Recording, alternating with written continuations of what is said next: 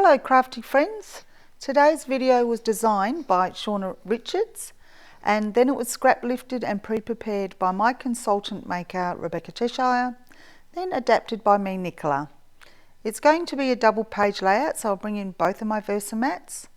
Now this was a close to my heart special called DREAMMAKER for National Scrapbooking Month of May, but it is available until the end of June 2023.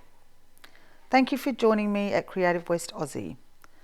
The first side is just a white base, 12 by 12, and this piece has some stenciling on it, this black piece.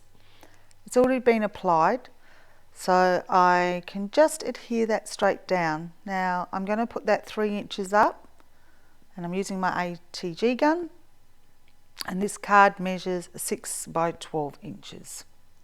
So it's going to be halfway up, and that's easy to do with the Versamat. There's a bit of glue there, so I use my pickup square to rub that off. I'm now going to start placing the photos on the photo mats. These were also supplied, and for this video I have made my photos fit the layout. There is one here that I put a blank piece of photo mat. There it is, just so that there's for privacy reasons. I love the title. That was made from Lagoon ink, and the stamp out of this collection says always.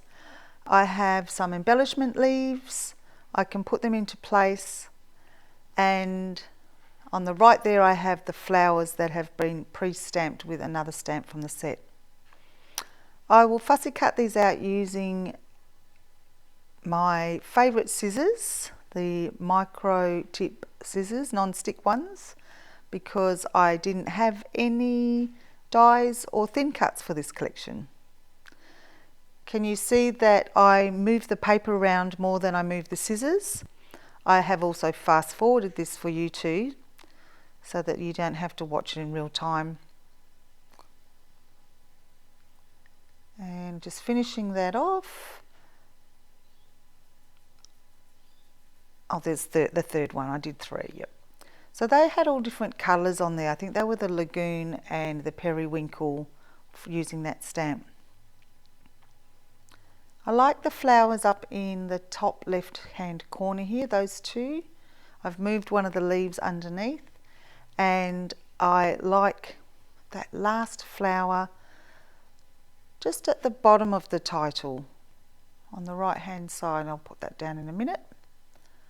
Just fiddling around with the position. There you go. Yep, that looks good. So I'll just clear away the scraps. Now for the opposite side, I'm going to use a refill card from Creative Memories. It's an older size, so I think they used to be 12 inches in total, so I have to trim off a little bit off the side. I think it's about 1 centimetre or 3/8 I trim off. I'm going to place it so the stenciling mirrors the other side, and once I've cut that bit down, that's going to fit into place. Now I need to measure up, because I can't use my Versamat on these refills. No, I probably could have this, but anyway, I just decided to measure up 3 inches from the bottom of the page with some pencil, use my ATG gun and pop that into place. You'll notice I don't put lots of adhesive all over it, just in some places. So I'm going to move this left side away so I can use that mat as a place to stick my photos. I really like the Periwinkle card mats I had, and as this page is a summary of a holiday that I will be doing a whole album of, it was perfect. So just sticking those down where I want them placed. Now the embellishments on the right had a thin cut with stamping completed for me. So with the magic of editing and filming, I did that off screen. Now I want to use a couple of letters on there for New Zealand. So I find that I have these old ABC stickers in my stash, and I've got what I need to put NZ on there. So I'm just using another one of my favourite tools, which is my multi-purpose tool, to lift them off the sticker and place them into position. On the top of this middle photo here, the little one, I'm adding a 3x3 flip flap with white cardstock.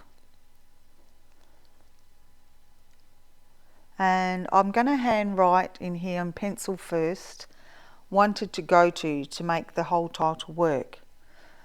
But I have decided with these flip flaps that I'm going to put a matte in there, so I'm using the same marble cardstock from the same collection. It will blend really nicely with the colour scheme, and once I've trimmed the edges so they've just got, I think it was like an 1/8 all the way around showing, so like a matte for the journaling mat. Once I place it in there and turn it over, I'll stick it into place first, and then you'll notice when I put it into position that the glacier side on the other side still matches the whole colour scheme.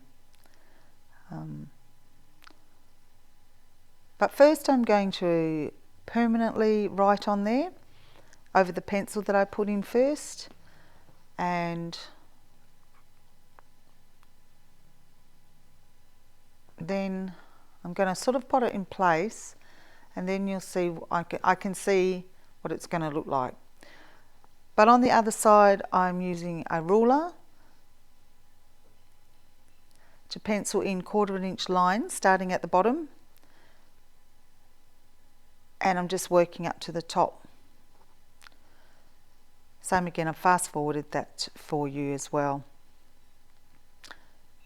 So my next stage is to hand write in pencil so a note fits there, and then once I've done that I swap to a permanent pen to write over the pencil. Once I've finished that, I can pop that aside and let it dry, because I don't want to rub it out too soon, otherwise it could all smudge. So just shake that, pop it aside. And then I remember I have these fern stamps in my stash. Now they are a trademark of any New Zealand person living in Australia here. They usually put these kind of stickers on their cars. So I'm thinking, once I've put it onto the acrylic block, I'm thinking I could add a few in, you know, a few places like here. So I'm sort of looking at keeping that visual triangle, and then I'm thinking a last one at the bottom there. Maybe a flower as well. I think I like that one at the bottom, just straight. Now that I'm happy that I've got those 3 points, I've put the one in the bottom off screen. My writing should be dry, so I'm just going to rub that out on the journaling mat. That's going to be in the flip flap.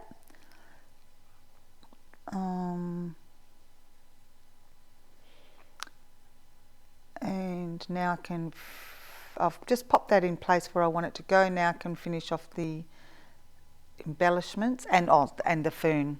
I'm just going to do a test run here so that I put it in properly, because I don't want to get it wrong on my page after I've done all this work.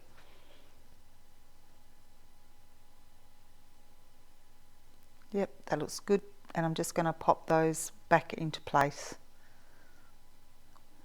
Liking that so far.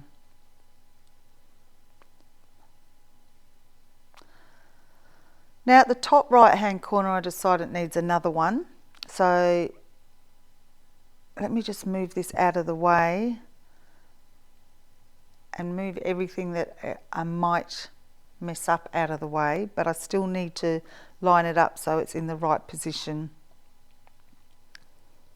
So I pop, there you go, so I just pop that so it's sneaking out there, peeking out there, not sneaking out there. pop that back into place. And adhere everything down, back down. And I actually even changed my mind about that little flower down the bottom. It seems uneven, so I take a little one from the bottom and I'm going to replace that up the top. Yeah, I like that better. Much better. Okay, this flip flap with the half the title looks a bit bare, so I've decided I'm going to do some doodling around the edges.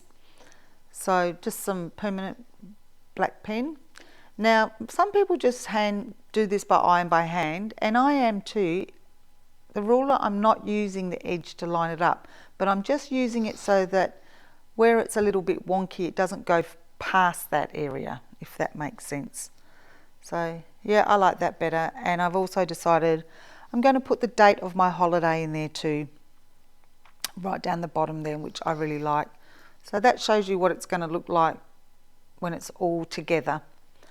So that's it for today, folks. I'm just zooming in on the right hand side, and while I'm showing you that, there's a card I made from the same collection but in a different colourway. So it's using the same flowers, the same stamps.